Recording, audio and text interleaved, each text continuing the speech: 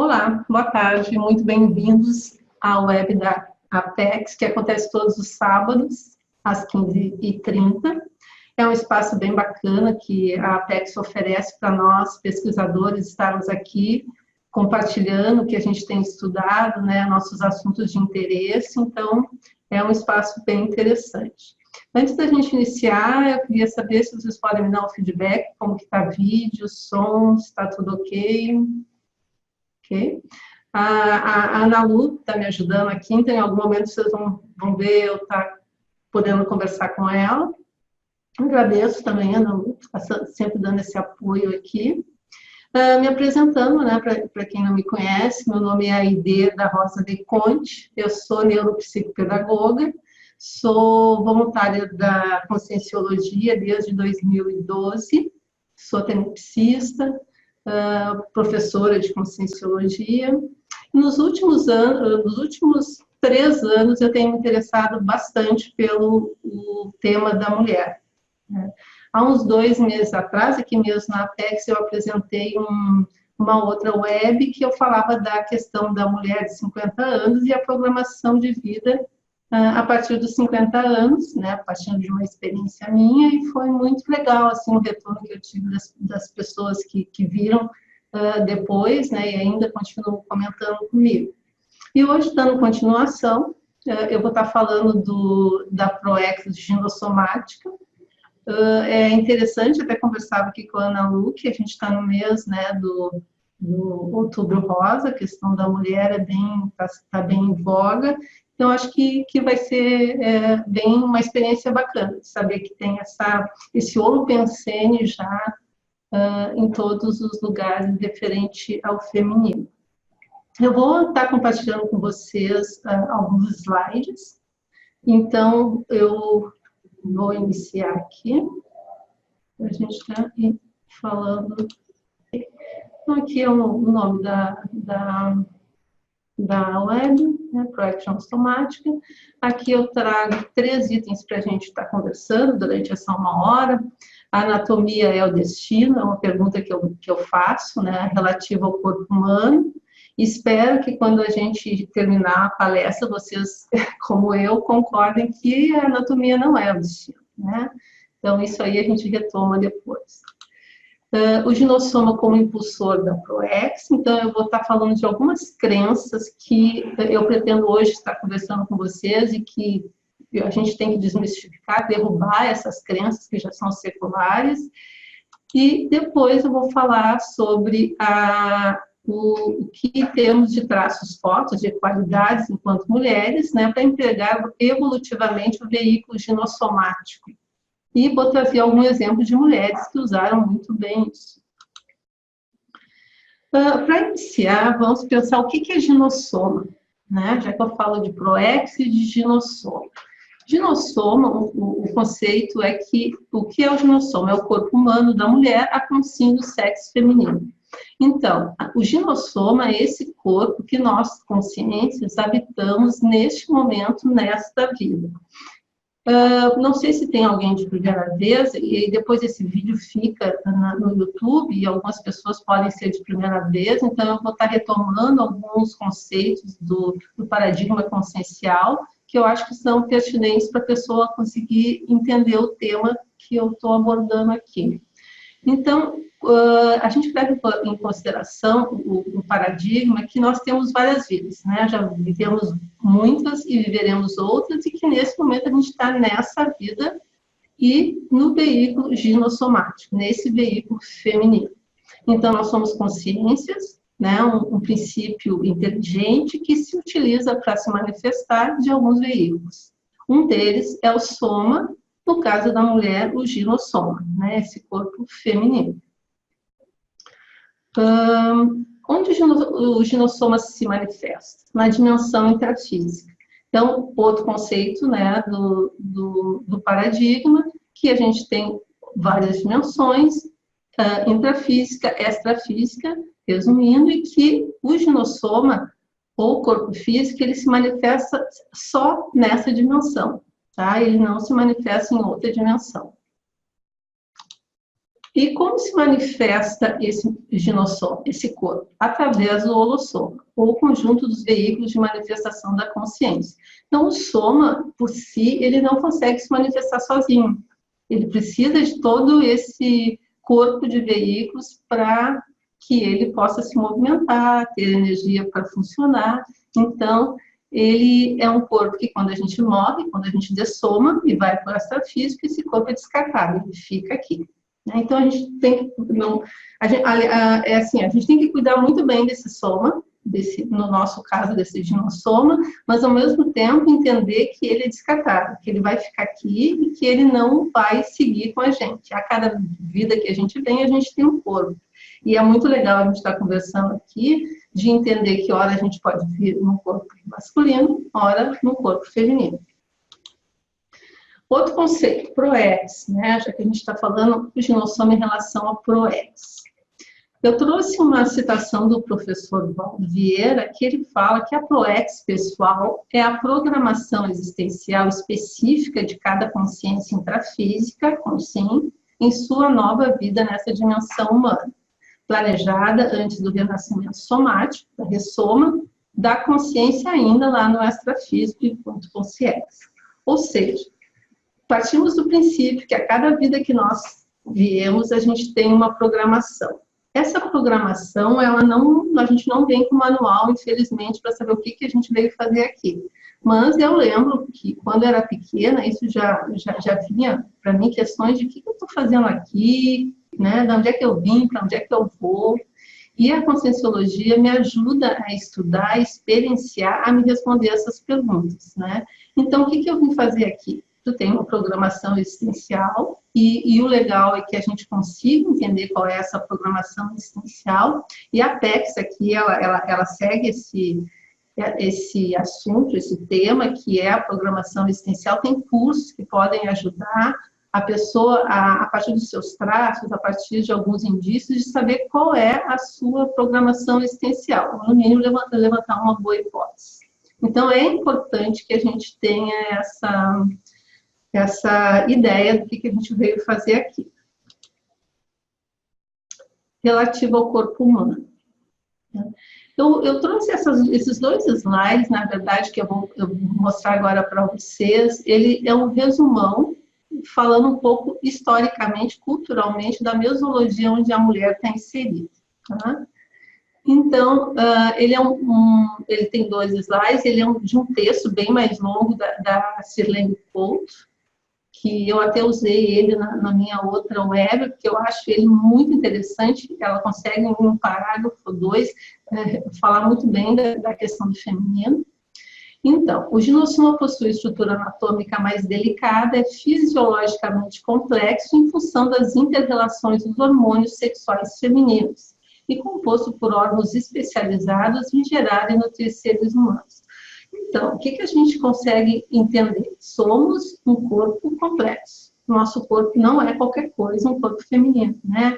Ele é um corpo que ele fica grávido, que ele tem TPM, que ele sangra todo mês, né? A Rita Lee já dizia que a mulher é bicho estranho, né? Sangra todo mês. Então, isso também é um fator a levar em consideração. A mulher entra na menopausa. Então, são várias situações desse corpo que a mulher tem que dar conta, a consciência tem que dar conta enquanto nesse veículo. Então, como eu falei, a gestação, a parturição e o sangue menstrual eram características femininas consideradas misteriosas e obscuras para os antigos.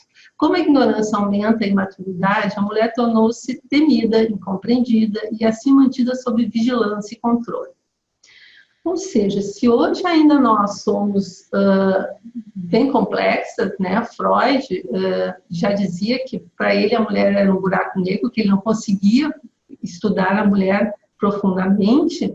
Vocês imaginam há um tempo atrás, quando a ignorância em relação a tudo era maior, o quanto a mulher era temida, né? Imagina pensar que tinha um ser dentro da mulher, que a mulher berrava lá, que a gente vê nos filmes de época, que a mulher berrava lá, ganhando bebê, mas devia dar um pânico em quem ouvia, em quem não entendia o que estava acontecendo.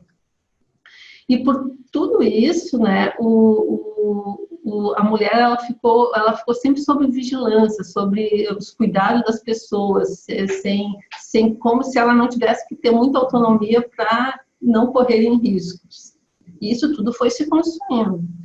O poder afrodisíaco dos dinossomas sempre foi capaz de instigar os homens, pois exerce importante influência sobre a sexualidade masculina. A beleza e sexualidades femininas, em função disso, foram ocultadas e reprimidas em diversas sociedades, especialmente as religiosas. Nós temos naturalmente, né, só um pouquinho aqui. Tá. Eu vou voltar aqui para falar um pouco sobre essa. Um pouquinho. Tá. Deixa eu só passar de fora. Ok, então, desse primeiro slide, a gente tem que pensar, somos seres complexos, né? Historicamente as pessoas desconfiavam de nós, principalmente a igreja, pegou todo esse viés de que mulher é bruxa, que mulher é coisa do demônio, né? Para a mulher exercer essa sexualidade sobre os homens, esse fascínio sobre os homens, e é natural, não é uma coisa que seja, que a gente queira, né? Naturalmente isso acontece. Claro que hoje, com todo o conhecimento que a gente entende que isso é possível de ser usado de uma outra forma, né? Mas isso foi criando crenças em relação à mulher, o ginossoma, e ela na relação com os homens, principalmente, e nesse tempo inteiro que a igreja, que foi quem tinha o poder de vida ou morte, a mulher teve que arcar com todo esse preconceito. Aí vamos voltar aqui para o próximo slide.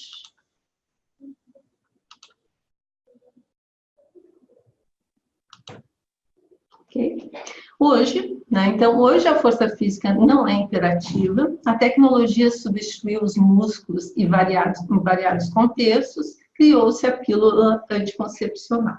Eu vou ler aqui, depois eu volto aí para conversar com vocês, que eu acho que, para mim, a pílula anticoncepcional foi o divisor de águas na vida da mulher. O ambiente tornou-se mais propício ao entendimento e a certa valorização das complexidades e valores femininos. Mesmo com toda a doença onipresente, nunca em outro momento da história humana houve tanto espaço para a mulher quanto hoje.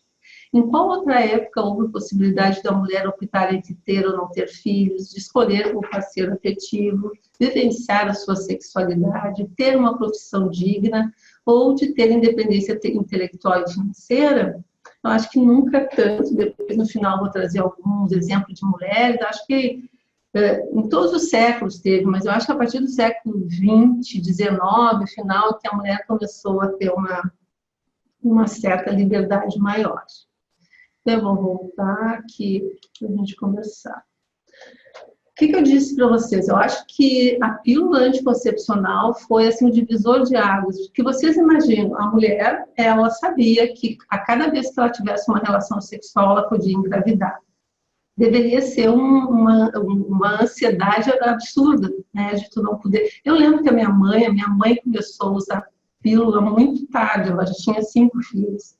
E eu lembro que ela dizia isso, que a cada relação sexual era um pavor de saber se ela ia ter mais um filho ou não. Então, a mulher gerava, ela tinha filhos, e a gente historicamente vê que eram muitos filhos, né? Tinha famílias que tinham mais de 20 filhos. Então, como que a mulher poderia ter cabeça para fazer qualquer outra coisa que não criar filhos, cuidar dos filhos, criar o próximo filho? Então, ela não tinha a questão mental somática, que a gente vai abordar, o quanto isso para as mulheres é uma coisa que nós temos como para fora importante, mas que não tínhamos tempo, por estar envolvida nessa questão da prole, de exercer isso que a gente tem que valorizar bastante, né? Agora mesmo eu atendo no consultório uma pessoa que chegou e ela disse que eles eram 19 irmãos e ela teve que cuidar dos irmãos. Ela tinha 5 anos e ela lembrava de ter que acordar de madrugada com frio, de esquentar uma madeira para os outros irmãos que já eram mais novos que ela, e ela fazia isso e achava que não era justo, mas com a rotina, ela acabou fazendo isso e ponto final. E depois ela casou, teve filhos, e ela teve filhos e ela tem que cuidar dos netos. Hoje ainda ela não tem tempo e ela chega para mim porque ela quer fazer faculdade e ela não tem tempo. Ela passou a vida inteira, estou trazendo esse exemplo, cuidando das outras pessoas. E esse traço nosso, feminino, de que temos que ser cuidadoras, a gente tem que ter cuidado, é redundante, né? Para que isso não seja o que absorve, né? Eu acho que hoje o homem também está tendo um outro papel dentro da família, enfim, e que nos permite, então, uma maior liberdade. Ok? Vou voltar aqui para a gente continuar. Então, vamos lá. Crenças em relação ao ginossoco. Vamos pensar nessas crenças e, se possível, até quando a gente acabar aqui a web, que a gente não pense mais, que derrubemos essas crenças, né? Mulher é carente, mulher é sexo frágil, mulher é emotiva, né? Essas três primeiras crenças. A gente tem que entender que, sim, nós somos muito mais sensíveis. Isso já é comprovado que nós somos mais sensíveis psiquicamente e parapsiquicamente. Por termos essa capacidade de sermos mais sensíveis, mais perceptivas em relação às coisas, a gente, então, parece ser mais emotiva, mais frágil, mas não é real. A mulher é muito forte quando a gente precisa tomar frente das coisas, ou mesmo quando não precisa no sentido de obrigação, a gente sabe que a gente pode, né? Então, essa questão de carência, de sexo frágil, ali naquele texto ela já falava que hoje a tecnologia já não exige que para fazer algumas coisas tu tenha que ter, por exemplo, um corpo muito forte, né? E as mulheres hoje, com academia, cuidando do seu corpo, são pessoas com um corpo bem resistente. Mulheres são competitivas entre si. Essa é que eu ouço desde sempre, né? Eu estava lendo um verbete, uma defesa de um verbete, e o nome do verbete, até eu indico para vocês irem olhar esse verbete, que é Autonomia Ginossomática, é o nome do verbete. E ela aborda essa questão da competitividade entre as mulheres. E ela diz que fomos criadas para casar. A gente foi criada para chamar a atenção pela nossa aparência. Então, sempre a outra mulher entrava como uma rival em potencial. E que isso não é mais necessário, né? Hoje as mulheres já não precisam casar, as mulheres já não precisam, todas têm lugar, hoje as mulheres todas podem ser belas, arrumadas e inteligentes, então, assim, essa competitividade, ela tem que ser derrubada e a gente entender que nós mulheres somos muito amigas, né? Que as mulheres a gente estando nesse corpo ginossomático, a gente fala sobre os nossos problemas uma para a outra, coisa que os homens dificilmente entram em detalhes sobre a sua vida pessoal. Então, as mulheres, elas se escutam, elas dão apoio. Então, mulheres, elas são muito amigas, a gente deve entender que isso é mais forte da competitividade. Quando essa competitividade aparece, geralmente ela aparece mais por relação a estar mais bonita, mais atraente, para vocês verem que isso não é uma coisa de real, né? Na verdade, o que somos é muito mais do que nós parecemos ser. Mulher tem que casar, mulher, para se realizar, tem que ter filhos, né? Hoje, ainda, existem mulheres que fazem, cronometram o seu tempo cronológico de idade, porque eu já estou velha para casar, ainda existe. É uma minoria, eu penso, né? Porque a mulher não tem que casar. Hoje a mulher tem um espaço, né, na sociedade, esse espaço público, que ela pode fazer o que ela quiser, ainda com algumas ressalvas, no sentido de que ainda tem discriminação, mas ela não precisa mais casar, ela pode optar em não casar. E, aliás, eu acho que hoje os casais, eles optam em morar junto e não oficializar, né, como se a gente fizesse um contrato de pertencimento. Quando a mulher casava e assinava, ela pertencia àquele marido, né? Aquele homem que estava tirando ela da casa dos pais, e ia para um outro pertencimento. Que isso não é mais o caso. Mulher, para se realizar, tem que ter filhos. Muitas mulheres hoje em dia optam em não ter filhos, não se sentem, elas se sentem cobradas, isso sim, mas não se sentem com muita dificuldade de dizer que não querem ter filhos. Isso é saudável, entende? Porque por nós termos um corpo, né, um ginossoma, que é capaz de gerar um outro ser, é como se nós fôssemos, então, obrigadas a. E não é o caso. A gente pode, mas decide se quer ou não. Isso é bem importante. Na Conscienciologia já tem um grupo que a gente chama de pessoas mais jovens, que são os inversores, que eles, desde cedo, eles sabem, né? Então, falando de PROEX, eles sabem que na PROEX dele, aqui do ladinho eu não apareço mais, né? E para a tela, para eles também não. Para eles, sim. Não tenho ideia. Eu estou falando para quê? Então, essas inversoras, elas decidem desde muito cedo de que elas não vão ter filhos, que as gestões que elas se propõem é de escrever, é muito mais mental somática. Então, já vimos que já tem gente que tem isso muito claro, como até como programação de vida. Mulher tem necessidade de agradar. Por quê? A mulher, ela é o que aparenta ser, né? Ela tem que ser bonita, ela tem que estar chamando atenção, né? E aí entra aí a questão da competitividade, né? Quando a gente entra num espaço, as mulheres se olham para ver quem está mais bonita, enfim. Só que não é que eu penso que as mulheres não olham para competir, a gente sempre está aprendendo com a outra, né? A outra está com uma roupa, gostei dessa roupa, aquele cabelo, olha, quem sabe, não vou poder usar. Então, que a gente tem esse olhar mais fraterno em relação às outras mulheres, de aprendizagem, e que a gente pode estar também mostrando ali sei lá, de moda, de qualquer coisa que tenha a ver com a aparência. E claro que ainda, por que para mim é importante que essas crenças, que as mulheres consigam entender que enquanto no ginossoma, o meio, a Consciência, exige mulheres bonitas, gostosas e maravilhosas, que a gente saia dessa imposição, né? Ter um corpo bonito, ter um corpo saudável é importante, sim. A gente mesmo no início falava para vocês o quanto esse corpo tem que estar bem saudável para seguir nessa vida e a gente poder estar fazendo a nossa programação existencial. Então, tem que ter um cuidado, mas esse cuidado não pode ser mais do que outras coisas que a gente tenha que fazer, né? Então, sim, a gente quer agradar, mas isso faz parte de que todo ser humano gosta de ser aceito, né? Mas que isso não seja prioridade. Eu vou para a segunda slide aqui sobre ainda as crenças, depois eu volto para conversar um pouco com vocês. Lugar de mulher é atrás do fogão, mulher tem que estar molhando a barriga na pia.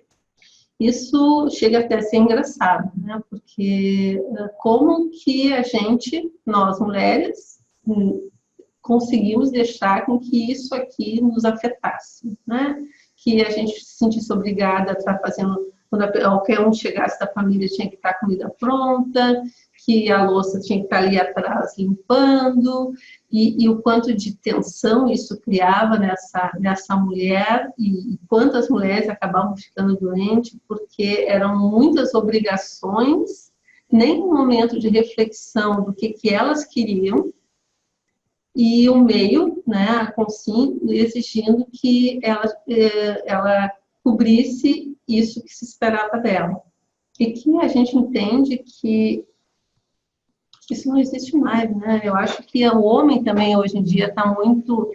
até as modalidades das famílias mudaram, são mulheres sozinhas com filho, mulheres com outras mulheres, homens com outros homens, enfim, a mulher, o casal que se separa, cada um casa e tem outros filhos, então assim, a modalidade familiar ela mudou muito, e com isso já não existem papéis fixos, né?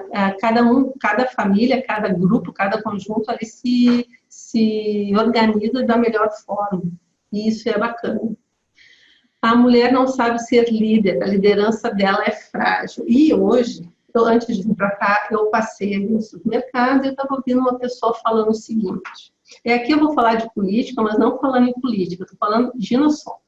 E aí essa pessoa falava de uma das candidatas para presidente, que ela disse, o que aquela mulher quer ser, concorrer para presidente? Ela fala baixinho, ela não se impõe, ela não tem liderança, exatamente isso que eu estou tentando trazer aqui para vocês. Claro que eu não falei para essa pessoa, porque ela estava falando com outra pessoa e não era interessado.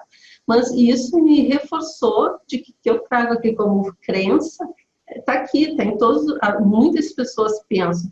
E essa pessoa, o que a gente tem que levar em consideração? Que a gente se preocupa muito com a aparência, a pessoa que está na nossa frente, nosso olhar ele é muito forte em relação a isso. E a gente não leva em consideração a multidimensionalidade, a gente não leva em consideração que é uma consciência que está ali naquele corpo e que às vezes ela tem uma competência absurda e aquele que a gente olha que parece que é perfeito aparentemente para um cargo, para qualquer situação, não é exatamente assim. Então, que a gente quebre também essa questão dessa crença de que mulher é frágil, que não tem competência para liderança. Tanto que depois eu vou trazer para vocês alguns exemplos, e a gente tem vários exemplos de mulheres líderes. Mulher tem que estar bonita para o marido, né? É dever da mulher manter a casa arrumada, tudo isso que a gente pensa, isso aí nem existe mais, na época da minha mãe e da minha avó, assim, ainda existe, né? E eu estou trazendo aqui para que a gente possa pensar que talvez eu, você e outras mais não tenha mais essa crença, mas que muitas ainda têm, ainda ficam presas a isso que se espera delas. A mulher tem que satisfazer sexualmente o marido. Então, quando eu falava para você sobre a questão da pílula anticoncepcional, eu acho que ali quebrou no sentido de que a mulher ficou ligada de que ela também tinha desejo, que ela também queria satisfação sexual, né? Já que ela não precisava mais se preocupar com a questão de ficar grávida. E então, ter que satisfazer sexualmente o marido, antes da pílula concepcional, isso era quase um dever com consequências. Né? Ela tinha que dormir com esse marido, mesmo que ela não quisesse, não é nem dormir, ela não quisesse ter relação para não ficar grávida. Então, para ela ter uma relação sexual e engravidar, estava tudo junto, incluído. Então, ela não conseguia pensar na sexualidade, então, por isso, tinha essa crença que a gente entende que hoje não é mais o caso, que a mulher tem o direito de ter satisfação e ter desejo sexual. Eu vou voltar aqui para conversar um pouco com você. Então, antes da gente passar para os traços fortes, vamos pensar um pouco nessas crenças que eu trouxe aqui, que a gente conversou até agora. É bacana a gente pensar, eu gosto muito assim, quando eu estou estudando um tema, eu fico muito observadora. Eu já sou observadora, né? Mas eu fico prestando atenção no que as pessoas falam em cima daquilo que eu tenho estudado. E essa questão das mulheres também são situações que eu passei bastante quando eu estava me preparando para dar essa web, eu começava a prestar atenção na fala das mulheres, né? E muitas mulheres diziam assim, mas eu não sou assim, eu já sou uma pessoa emancipada. E eu nem entendo por que essas mulheres querem brigar para o feminismo. Então, assim, uma crença que eu não botei aí, mas que eu acho importante a gente conversar, é que a questão do feminismo. Essa questão do feminismo, para mim, isso aí também já passou, entende? Assim, porque a feminista, ela briga para ser igual ao homem. Nós nunca seremos, né? Se eu estou trazendo aqui todas as características de um corpo ginossomático, de um corpo de mulher, nunca seremos iguais aos homens. Todas nós, homens e mulheres, somos diferentes. Inclusive, a gente vem para essa vida, para essa nossa programação existencial. Se lá no curso intermissivo a gente decidiu ver um corpo masculino, um corpo feminino, porque a gente tem que alguma coisa nesse corpo, nessa situação de ser mulher aqui, no intrafísico, nos permite fazer de resgates, reconciliações. E essa pessoa me dizia que ela estava bem, que isso não precisava mais existir. Concordo no sentido de que feminismo não, mas eu acho que a gente precisa levantar a bandeira, entre aspas, de quebrar crenças e começar a nos valorizar. Né? Eu acho que a mulher tem que começar a se autovalorizar em todos os sentidos, entender de todas as suas possibilidades, não para competir, e sim para se colocar e ter um papel mais claro de quem ela é, de que ela veio fazer aqui. E essa pessoa também, ela falou muito por ela. E aí eu comentei com ela assim, olha, talvez tu esteja bem, mas existem... Cada vez que tu lê o jornal aí, que tu ouve o jornal, tu vê que tem muitas mulheres que ainda estão em uma situação de dependência financeira, de abuso, de violência doméstica.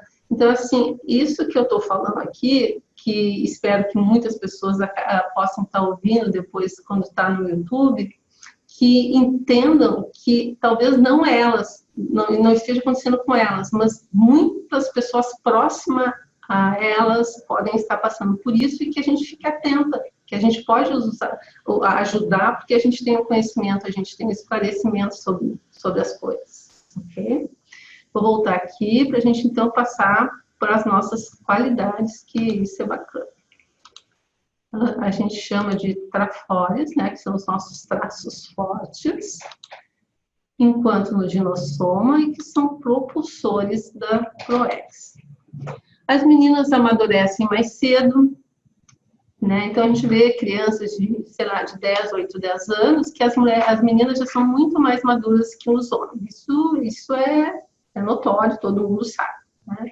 As adolescentes são menos problemáticas. E eu não estou dizendo aqui que adolescentes meninas não tenham problemas e não causem problemas na família. Só que, estatisticamente, é muito menor. E quando elas têm problemas, normalmente não é tão violento como, às vezes, é do porão consciencial dos meninos. Então, isso, para nós, também é uma coisa bacana a nosso favor. As mulheres cuidam mais da saúde. Também, estatisticamente, já é comprovado que as mulheres cuidam da sua saúde, elas vão ao médico regularmente, qualquer coisa que elas sintam, elas procuram um profissional, e isso faz com que as mulheres vivam mais. Né? Então, se a gente amadurece mais cedo, se a gente passa por menos problemas, e vocês entendem que não que a gente não passe por problemas, talvez os nossos problemas sejam de outra ordem do que os dos meninos, né? Mas que a gente passa por eles mais cedo, que a gente resolve da melhor forma, que a gente cuida da nossa saúde, que a gente vive mais, só isso nos dá um espaço maior para que a gente possa estar tentando completar a nossa programação existencial. Mulheres são mais pacifistas, mulheres são boas argumentadoras. Nós somos pacifistas por natureza. Talvez, né, isso é estudado, por a gente ter esse corpo que naturalmente pode ter outro ser dentro, que a gente pode ficar grávido, que a gente pode gestar uma pessoa, a gente já é maternal. Desse corpo ginossomático a questão da maternidade, da fraternidade. Então, nós somos mais pacifistas. Isso também é a nosso favor para assistência, né? Nós temos mais capacidade sensitiva, mais capacidade afetiva de poder fazer uma assistência mais direta, mais específica. E eu, estudando as mulheres da história, eu estava escolhendo algumas que eu ia trazer aqui para a gente estar como exemplo, eu vi que tinham muitas mulheres enfermeiras, né? Que as mulheres não iam para a guerra lutar, iam para a guerra cuidar. Né? E aí isso me deixou pensando que, sim, como as mulheres até nisso são pacifistas no sentido de lá na guerra elas estão cuidando dos homens que estão se matando ali do lado e que elas acabam cuidando desses feridos. E isso acontece não só na guerra, como Hoje, em qualquer lugar, a gente não vê mulheres brigando a faca, mulheres brigando em bar, não que não aconteça, mas é mais raro. Então, a mulher tem essa questão de ter esse traço mais pacifista. Mulheres são boas argumentadoras. Isso a gente tem que, se a gente tem uma postura de conhecimento e de cosmoética, daquilo que a gente vai falar, daquilo que a gente vai colocar, a gente tem que usar a nosso favor, porque nós temos a fala, nós somos seres de se colocar falantes, né? Os homens geralmente ficam muito chateados porque as mulheres adoram uma DR, falando de relacionamento. Mulheres adoram conversar, mulheres gostam de resolver as suas questões, de falar para as amigas o que estão pensando. Mulheres são boas argumentadoras políticas, né? Não sei por que esse mundo político tem tão poucas mulheres, porque as mulheres são ótimas argumentadoras e como elas são mais pacifistas, normalmente a fala delas é mais de acolhimento, né? de belicismo. Mulheres são mais sensitivas, isso a gente já falava, e aí vem a questão do parapsiquismo, até indico para vocês o outro verbete, que é parapsiquismo ginossomático, que fala o quanto nós mulheres, enquanto estar nesse corpo ginossomático, nos permite trabalhar o nosso parapsiquismo. Por sermos mais sensitivas e parapsíquicas, a gente tem a possibilidade de ter fenômenos parapsíquicos mais fáceis, projeção, clarividência, enfim, toda essa ordem de fenômenos. Nós, mulheres, a gente tem essa capacidade de ter, né, esses fenômenos por essa nossa capacidade mais sensitiva, nossa mais possibilidades. Eu vou ter aqui, entre aspas, mulheres são guerreiras. Eu já tinha comentado que mulheres, quando elas precisam, elas fazem qualquer coisa para ajudar, para se ajudar, para defender, Só que elas, normalmente, na nossa história, a gente vê que a gente é guerreira, geralmente em algum momento de estresse, algum momento de coisas graves que acontecem e que a gente tem que usar essa possibilidade de sermos guerreiras, entre aspas, para fazer assistência, para nos posicionar cosmoeticamente na sociedade, para as nossas relações. Então, que a gente use ser guerreira, ser competitiva, no sentido de querer ajudar, de querer que todo mundo dê certo. Eu penso que nós podemos pensar nesse viés, né, da questão de guerreiro.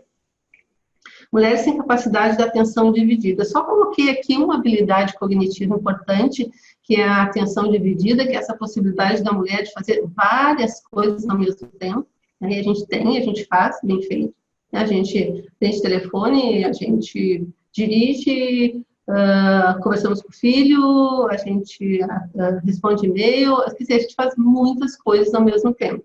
E a gente faz bem, a gente tem essa capacidade, entre outras capacidades cognitivas que a gente tem, que é, acho que aqui vai ser a primeira aqui, que mulher é detalhista. Então, também, detalhista que é esse foco e atenção. A mulher tem uma outra habilidade importante, que é a questão do detalhismo. E com isso ela é uma pessoa que consegue ter concentração e foco bem significativo. Mulher estuda mais, mulher é mental somática. Eu, de novo, pesquisando as mulheres que eu ia trazer aqui como exemplos, eu vi que a maioria das mulheres eram escritoras, né? Se elas eram da ciência, elas também escreveram alguma coisa. Mulheres que eram matemáticas, mulheres estrategistas, mulheres políticas, e o quanto o mental somático aflora no ginossoma, né? E como a gente, por muito tempo, não conseguiu colocar isso para fora a partir de viver na sociedade, no público, e poder estar participando de várias áreas, né, da vida, e que a gente possa colocar essa capacidade mental somática em evidência. Mulher é mais parapsíquica, a gente já conversou. E por ela ser uma mulher que fala bastante, uma mulher que é mais sensível, uma mulher que fala dos seus problemas, ela se desassedia mais rápido, né? Um homem é capaz de ficar dias e dias sem conversar, pensando e ruminando alguma coisa. A mulher, normalmente, ela precisa conversar com alguém sobre aquilo que está incomodando ela. E com isso, ela consegue se desassediar mais rápido. Vou passar o próximo. Mulher não tem medo de mostrar suas emoções. Isso é verdade, né? A velha frase que os homens crescem ouvindo, que o homem não chora, né? Que o homem não pode ter medo. E que para nós isso é natural, que a gente mostra as nossas emoções. E por a gente poder mostrar as nossas emoções, a gente parece mais emotivo. Mas se a gente tem controle sobre as emoções, e é por isso que hoje a gente está conversando aqui, para que a gente derrube as crenças, que a gente preste atenção no que nós temos de traços fortes e com isso a gente consiga mostrar tudo que nós podemos, toda a nossa, e hoje a palavra muito, todo mundo usa empoderamento, né, que a gente possa se mostrar empoderada, passa por isso, por controle das nossas emoções. Mulher é funcionalmente mais complexa, isso a gente também já conversou. Mulher é mais assistencial, também já falamos. Mulher é mais empática e afetiva, também a gente já comentou. Mulher tem um holotensine aglutinador. Inclusive, para mim, assim, é uma questão de pesquisa que eu comecei a pensar desde que eu vim aqui para Foz do Iguaçu esse ano, que aqui dentro das ICs, de todos os lugares que estudamos Conscienciologia, eu diria assim, chutando, que somos 80% de mulheres, né? E eu vou voltar aqui para conversarmos um pouquinho antes que eu traga os exemplos. Então, eu fiquei pensando aqui dentro do CAEC, aqui na Cognópolis, e todos os lugares que a gente estuda Conscienciologia, a grande maioria são mulheres. E eu fiquei pensando ainda a nível de exposição, o que isso quer dizer, né? Se hoje eu estou trazendo da importância de nós, enquanto consciência, estarmos habitando um corpo feminino, o quanto isso oportuniza que a gente trabalhe mais a nossa evolução em nível mais amplo. E talvez, uma hipótese que eu levanto agora, que estarmos aqui várias conscienciólogas, várias pessoas interessadas na conscienciologia, tem 15 minutos, então eu vou passar aqui para os slides para a gente terminar, e se tiver tempo a gente conversa no final. Mas então, isso é uma outra web, eu quero falar um pouco sobre essa questão desse monte, ou várias, com a maioria de mulheres aqui na CCI. Passamos, então, aos exemplos de mulheres que usaram seus trafores da melhor forma possível. Gente, tem muita mulher que eu poderia trazer aqui. E eu caminho aqui dentro do CAEC, eu me dei o trabalho de contar quanto... A gente tem um corredor de vários bustos de pessoas, de pensadores. E eu contei, a gente tem mais de 170 bustos, e sabe quantas mulheres tem? 6 mulheres. E aí eu fiquei pensando que quem conta a história é o homem, né? E geralmente é o homem, que são homens que aparecem mais. As mulheres não são muito faladas na história.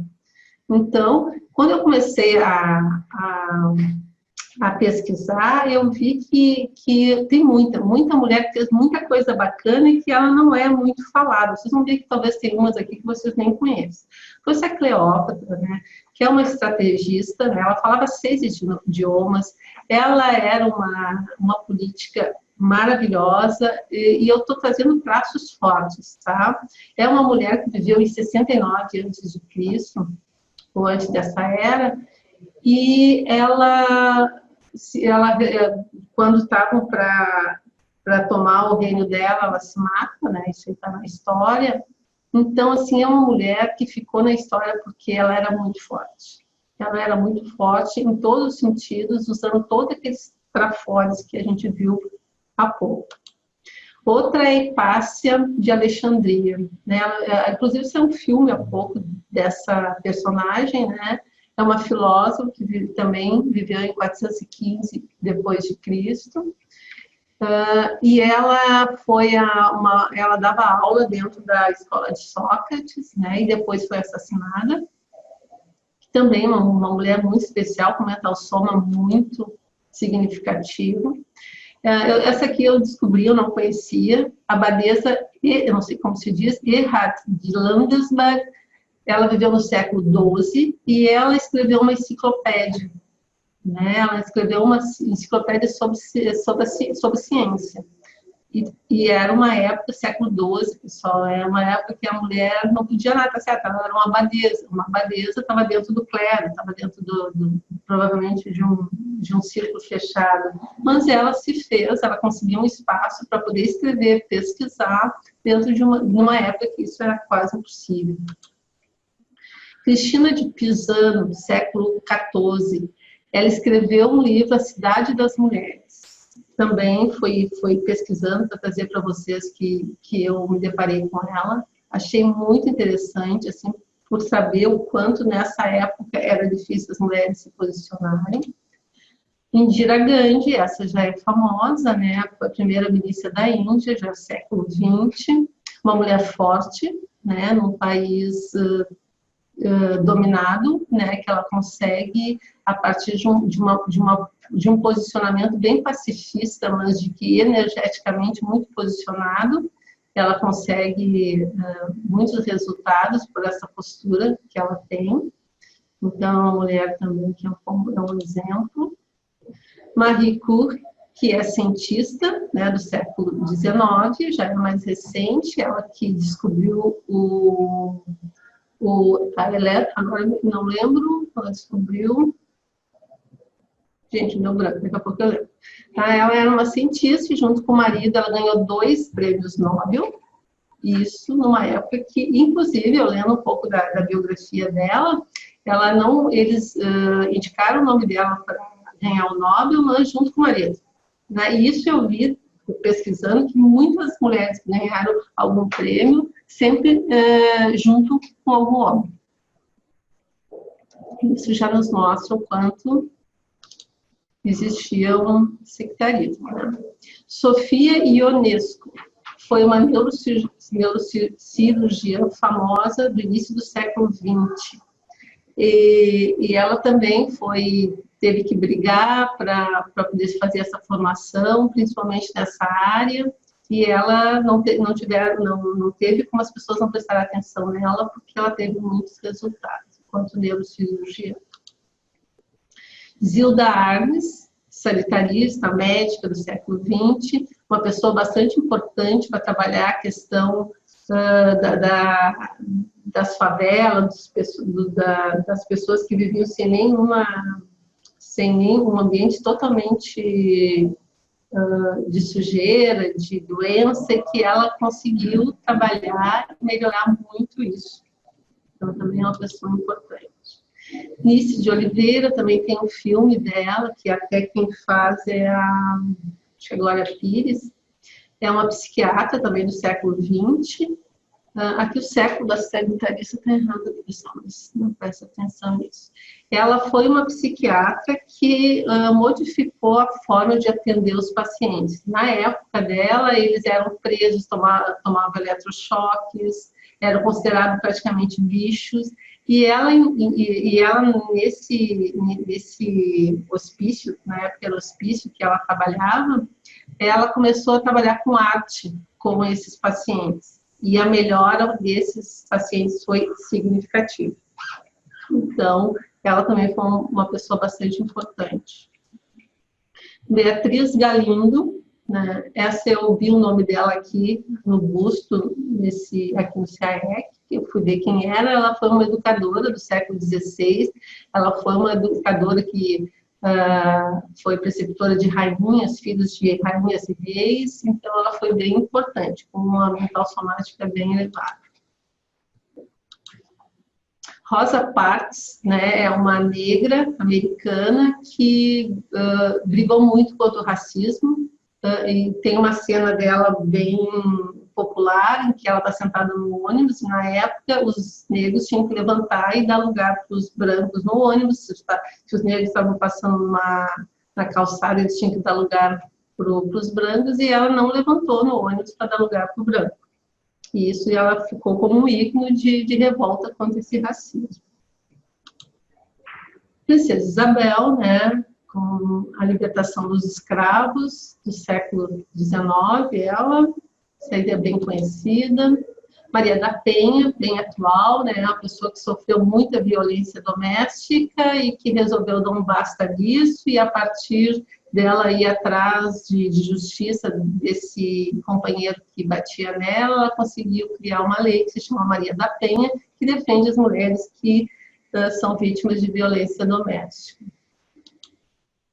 Helen Keller, surda e cega, foi a primeira surda e cega a conquistar um bacharelado. Ela é do século XIX. Então, mesmo aqui, sem poder enxergar, ouvir direito, ela consegue uma conquista que né, foi a primeira, inaugura uma possibilidade para todas as mulheres que tinham essa deficiência. A Ada Lovelace, eu também não conhecia, ela foi uma grande matemática e ela que inventou o primeiro algoritmo que depois deu possibilidade da descoberta da formação do computador, né, no século XIX. Simone de Beauvoir, escritora do século XX, também é bastante conhecida, uma pessoa bem diferente para a época dela, além de escritora, artista, filósofa.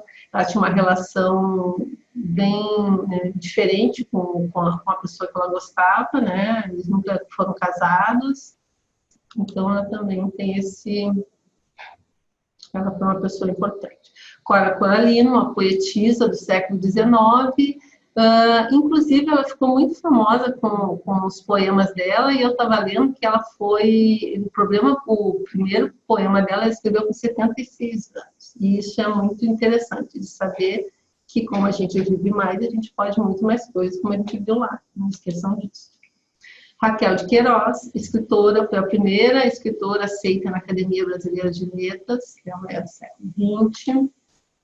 Carlota Pereira foi médica, pedagoga, política, primeira deputada, foi a primeira mulher que conseguiu entrar na política aqui no Brasil, né, século XX.